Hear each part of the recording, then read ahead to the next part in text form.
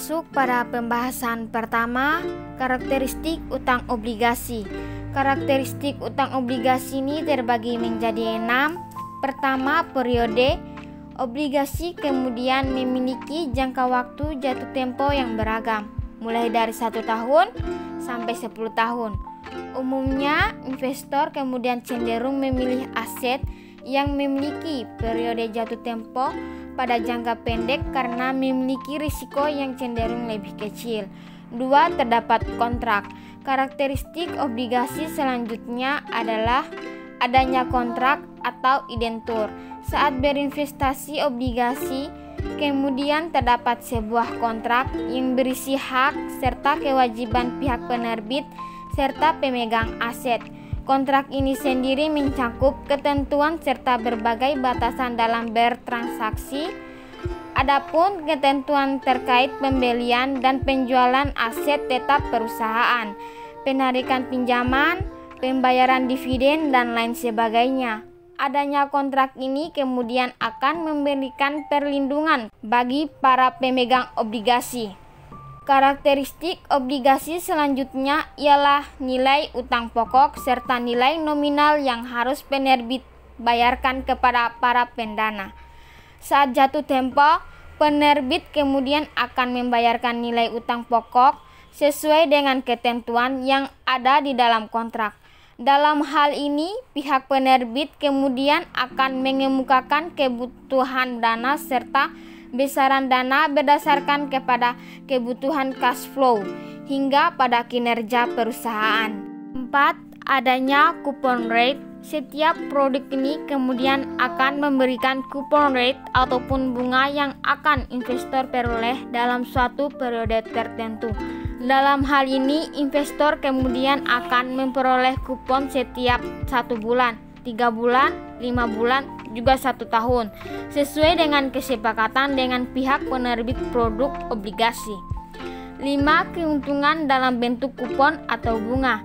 Saat berinvestasi obligasi, kamu kemudian akan memperoleh keuntungan dari bunga berupa kupon. Dalam hal ini, terdapat juga istilah current yield ataupun imbal hasil dari tingkat suku bunga berupa kupon yang investor peroleh dalam 1 tahun. Perhitungan keuntungan ini kemudian akan mengacu pada persentase bunga dalam 1 tahun terhadap harga obligasi. 6. Mendapat klaim aset penerbit. Jika suatu penerbit obligasi ini bangkrut sehingga terjadi gagal bayar, maka salah satu alternatifnya adalah melakukan klaim aset penerbit. Penerbit yang akan menjual aset, kemudian hasil penjualan ini akan dapat investor klaim. Meskipun terdapat risiko gagal bayar, kamu juga tetap berhak untuk memperoleh aset penerbit tersebut. Jenis-jenis obligasi berdasarkan penerbitnya terbagi menjadi 3, yaitu yang pertama obligasi pemerintah atau government bonds. Sesuai namanya, obligasi ini merupakan surat utang yang resmi diterbitkan oleh pemerintah Republik Indonesia. Itulah mengapa obligasi pemerintah dinilai memiliki keamanan yang lebih tinggi. Salah satu jenis obligasi pemerintah adalah ORI atau obligasi negara retail.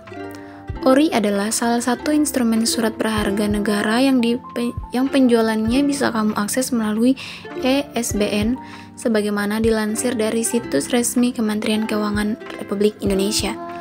Surat berharga negara juga terdiri dari 2 instrumen, yaitu surat utang negara atau SUN dan surat berharga syariah negara atau SPSN. Yang kedua, obligasi korporasi atau corporate bonds. Jenis obligasi ini diterbitkan oleh sebuah korporasi atau perusahaan, baik perusahaan BUMN, BUMD maupun swasta.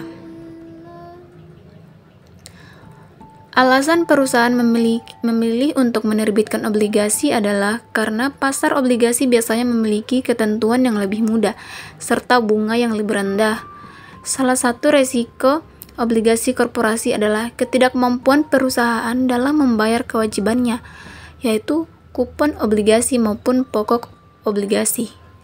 Walaupun jarang terjadi, resiko ini tetap perlu kamu perhitungkan.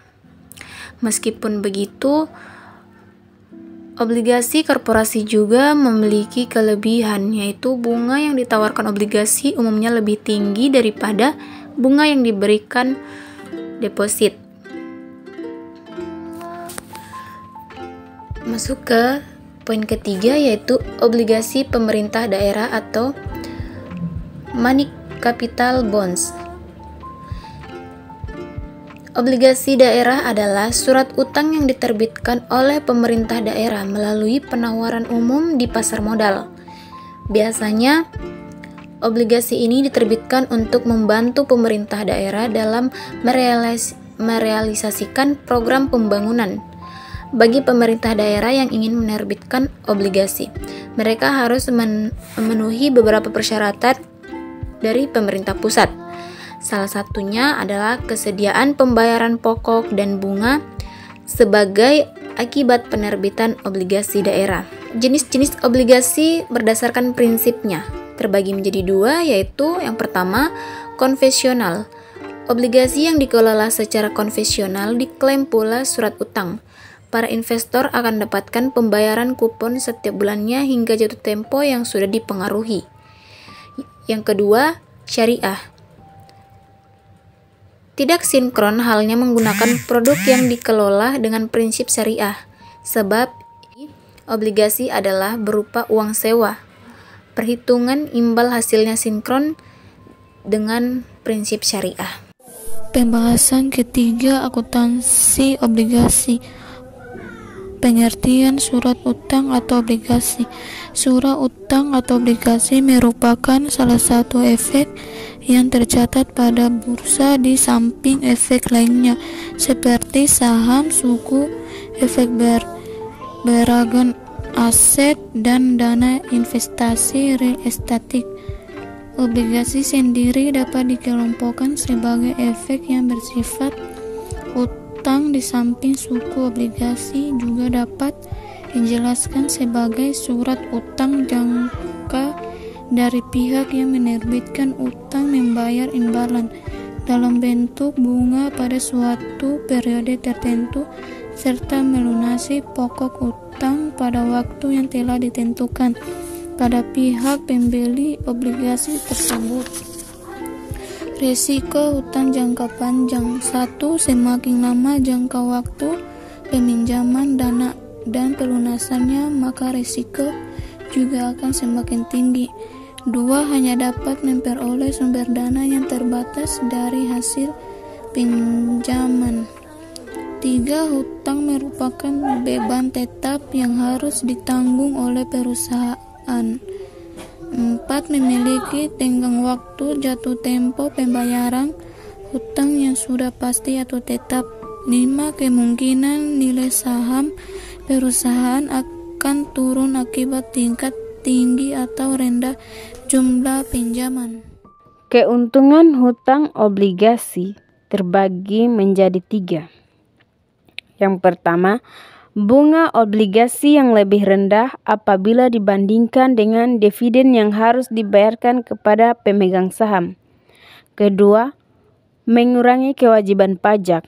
Hal ini dikarenakan bunga pinjaman merupakan biaya yang dibebankan kepada perusahaan, sedangkan dividen merupakan pembagian laba yang tidak dapat dikategorisasikan sebagai pembebanan biaya. Ketiga, pemilik obligasi tidak akan memiliki hak suara dalam perusahaan, sehingga tidak akan mempengaruhi manajemen dan operasional harian perusahaan.